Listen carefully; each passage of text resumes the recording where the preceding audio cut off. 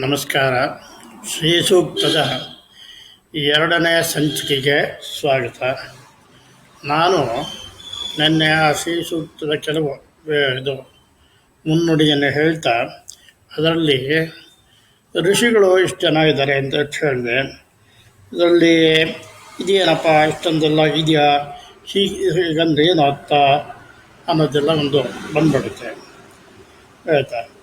ಇಲ್ಲಿ ಶ್ರೀಧ ಚಿಕ್ರೀಧ ಹೇಳ್ತಾ, ಆಮೇಲೆ ಆನಂದ ಕದ್ದಮ, ಆಮೇಲೆ ಲಕ್ಷ್ಮೀನೇ ಋಷಿ ಅಂತ ಹೇಳಿದ್ವಿ, ನಾರಾಯಣನೇ ಋಷಿ ಅಂತ ಹೇಳಿದ್ವಿ. ಹೀಗಾಗಿ ಒಂಥರ ಕನ್ಫ್ಯೂಷನ್ ಆಗುತ್ತೆ. ಹಾಗಾದರೆ ಇದೇನಪ್ಪ ಇದು ಅಂತೇಳಿ ಹೇಳಿದ್ರೆ,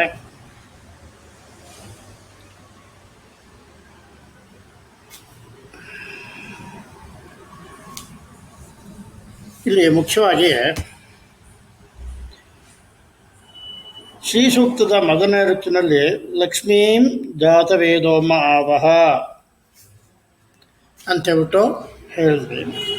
ಅದಾದಮೇಲೆ ಇಲ್ಲಿ ತತ್ತ ಪುಂಲಕ್ಷಣಂ ಸೂಕ್ತಂ ಸದ್ಬ್ರಹ್ಮ ಗುಣಭೂಷಿತಂ ಶ್ವೇತಕಾರ ಅರವಿಂದಾಕ್ಷ ಸ್ವಮಹಿಮ್ನೆ ಪ್ರತಿಷ್ಠಿತಂ ತತ್ತ ಸ್ತ್ರೀಲಕ್ಷಣಂ ಸೂಕ್ತಂ ಸದ್ಬ್ರಹ್ಮ ಗುಣಭೂಷಿತಂ ಶ್ವೇತಕಾರಾಃ ಅವ್ಯಗ್ರ ಸ್ವಮಹಿಮ್ನೆ ಪ್ರತಿಷ್ಠಿತಂ ತೇಗೇತೆ ಪರಮೇ ಸೂಕ್ತೆ ಮಹರ್ಷಿರ್ಗಣಸೇವಿತೆ ಅಧೀತೆ ಚ ವಿಮುಷ್ಟೇ ಚ ಮಯೇತಾಂ ಪರಮಾಂಗತಿಂ ಅಂತ ಹೇಳಿ.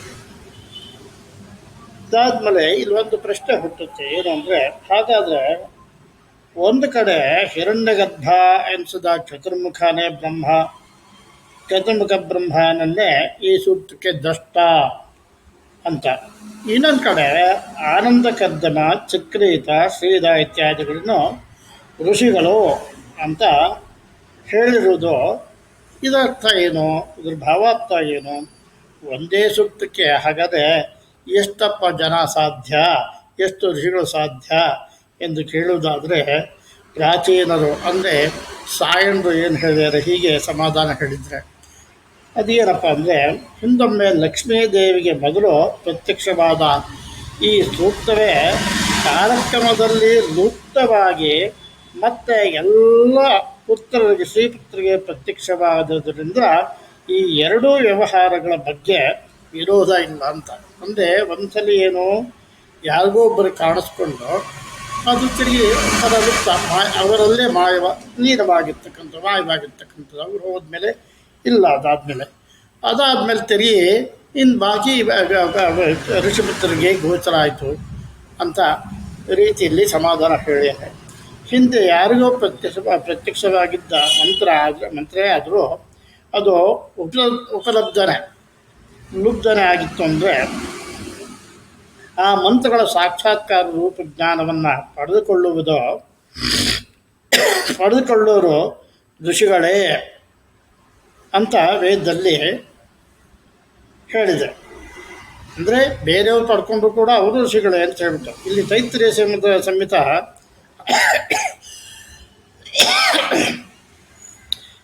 11.5.8 ಬರುವ ನುಮೇಧ ಮತ್ತು ಪರಿಚ್ಛೇಪನ ಕಥೆ ಹೇಳ್ತೀನಿ. ಅದರಿಂದ ನಮಗೆ ತಿಳಿದು ಬರ್ಬೋದು ಏನಪ್ಪ ಇದು ಅಂತ ಹೇಳ್ಬಿಟ್ಟು. ಇಲ್ಲಿ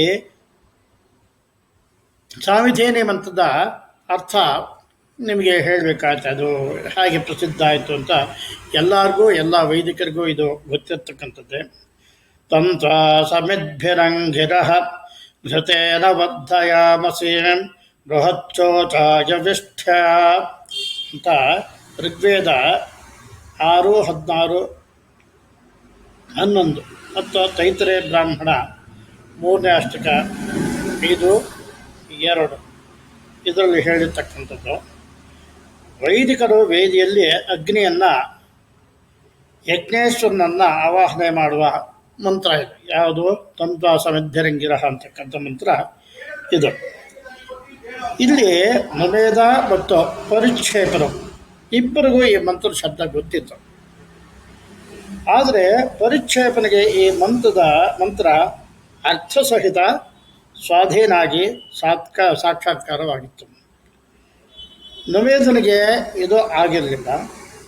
ಇದೇ ಮಂತ್ರ ಹೇಳುತ್ತಾ ಯಜ್ಞ ಅರಣಗಳನ್ನು ಹುತ ಮಾಡಿದಾಗ ಅವನು ಕೇವಲ ಹೊಗೆಯನ್ನು ಮಾತ್ರ ಉಂಟು ಮಾಡಿದರೆ ಪರಿಕ್ಷೇಪ ಅಗ್ನಿಯನ್ನು ನೇರವಾಗಿ ಉಂಟು ಮಾಡ್ತಾರೆ. ಅದರಿಂದ ನುಮೇದಂಗೆ ಒಂಥರ ನಾಚಿಕೆ ಕೂಡ ಆಗುತ್ತೆ.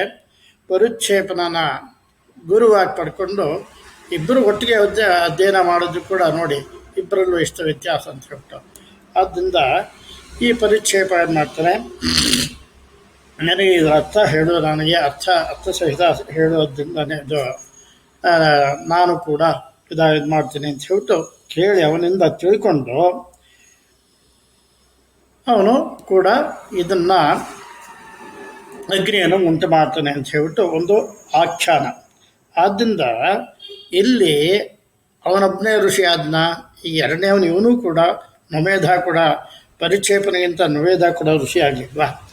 ಹಾಗೆ ಇದು ಸಾಕ್ಷಾತ್ಕಾರ ಮಾಡಿಕೊಂಡು ಅವರೆಲ್ಲ ಋಷಿಗಳೇ ಹೌದಲ್ವಾ?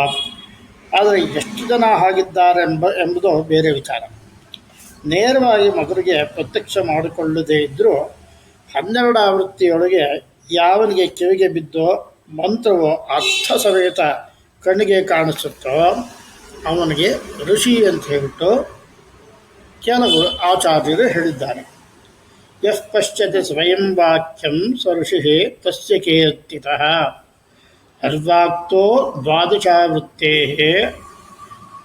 ಅಧೀತ್ಯಾಪಿ ಋಷಿರೇವ ಸಹ ಅಂತ ಹೇಳ್ಬಿಟ್ಟು ಕೆಲವರು ಹೇಳಿದರೆ. ಆದ್ದರಿಂದ ಇದನ್ನು ನಾವು ತಗೊಂಡಾಗ ಮನುವು ಮೊದಲು ಕಂಡ ಮಂತ್ರವನ್ನು ಒಂದನ್ನು ನಾಭಾನೇದಿಷ್ಟ ಅಂತಕ್ಕಂಥ ಅವನ ಪುತ್ರನು ಕಂಡು ಇಬ್ಬರೂ ಒಂದೇ ಮಂತ್ರಕ್ಕೆ ಋಷಿಗಳಾಗಿಲ್ವ? ಆದ್ದರಿಂದ ಇದರಲ್ಲಿ ಅನುಮಾನ ಬೇಡ. ಆದ್ದರಿಂದ ಶ್ರೀ ಸೂಕ್ತಕ್ಕೆ ಇಷ್ಟೊಂದು ಜನ ಋಷಿಗಳು ಇದ್ದಾರಾ ಅನ್ನೋ ಅನುಮಾನ ಖಂಡಿತ ಬೇಡ ಅಂತ ಹೇಳ್ಬಿಟ್ಟು ಹೇಳುತ್ತೆ. ಇಲ್ಲಿಗೆ ನಾನು ಈ ಆಖ್ಯಾನ ಮುಗಿಸ್ತೀನಿ. ಮುಂದೆ ಶ್ರೀ ಸೂಕ್ತ ಭಾಷ್ಯ ಮುಂದುವರಿಯುತ್ತೆ. ನಮಸ್ಕಾರ.